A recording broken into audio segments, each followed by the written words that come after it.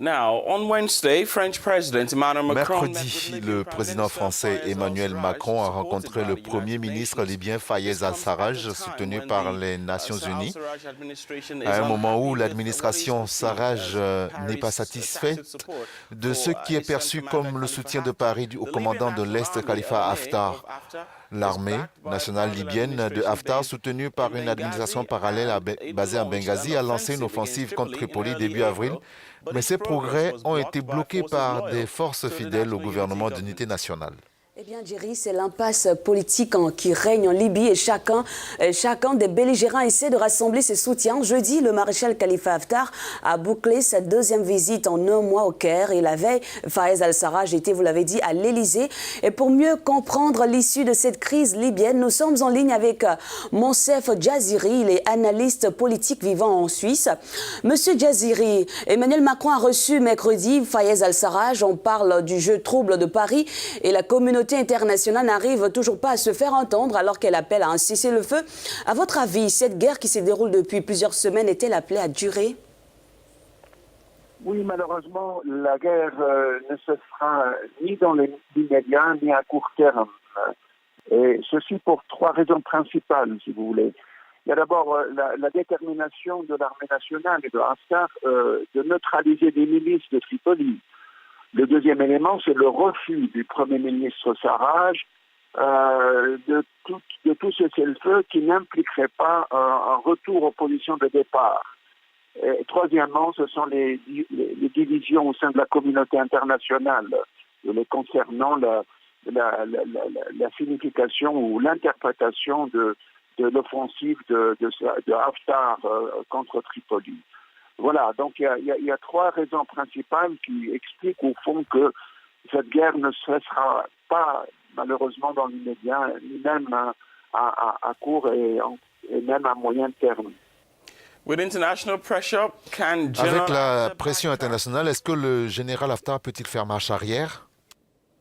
Je ne crois pas qu'il fasse marche arrière, si vous voulez, parce que l'assaut lui-même a été préparé depuis 2014 pratiquement, si vous voulez. Il a dit à plusieurs reprises que après l'Est, après le Sud, il ira à Tripoli pour justement mener la guerre contre les milices armées qu'il estime comme étant l'obstacle majeur au fond à la reconstruction de l'État et l'unification des institutions. Donc, il n'y a pas de marche arrière et par ailleurs, il semble avoir reçu par-ci, par-là des signaux de feu vert de la part de certaines puissances, en fait,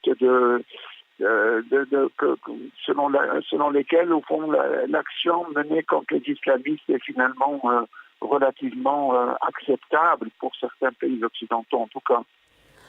Monsieur Jaziri, pour revenir à cet assaut lancé par le général Haftar, y a-t-il eu des éléments qui le confortent dans l'idée que s'installer à Tripoli est la seule option pour renforcer sa mainmise sur la Libye? La question n'est pas celle de renforcer sa mainmise sur Tripoli. La question est d'arriver à un système, si vous voulez, politique, à une organisation des pouvoirs qui garantit à la fois pour l'Est et l'Ouest et le Sud une répartition équitable et juste des ressources pétrolières, parce que l'enjeu principal est celui-ci, si vous voulez. L'Est du pays considère que, au fond, il est injustement traité et que, bien que les ressources les plus importantes se trouvent à l'Est du pays, les dirigeants de l'Est considèrent qu'ils n'ont pas leur part, ou en tout cas la part qui devrait leur revenir du point de vue des richesses pétrolières. Et l'enjeu principal est celui-là, c'est d'arriver à un système qui fasse en sorte que la redistribution de la rente pétrolière soit plus juste en quelque sorte, et en tout cas acceptable pour les trois régions, et en particulier acceptable pour l'Est du pays. Avec ces récents événements, peut-on dire que tous les efforts déployés pour amener la paix en Libye sont obsolètes? Il semble évident que les élections auraient du mal à avoir lieu cette année. Alors, je pense que les élections, malheureusement, elles sont renvoyées à plus tard. Le déroulement de la guerre montre que l'urgence n'est plus maintenant la question des élections, c'est davantage la question de cesser le feu et de l'organisation de l'après-guerre, si vous voulez. Et je crois que de ce point de vue, il y a un problème de crédibilité des Nations Unies et de la mission des Nations Unies en Libye en particulier, de M. Salamé. Crédibilité parce que, au fond, on continue à parler d'élections alors que tout ce qui se passe montre que ce n'est pas la première urgence et c'est bien l'issue de la guerre et le cessez-le-feu qui est maintenant l'urgence pour les prochaines semaines, voire malheureusement les prochains mois.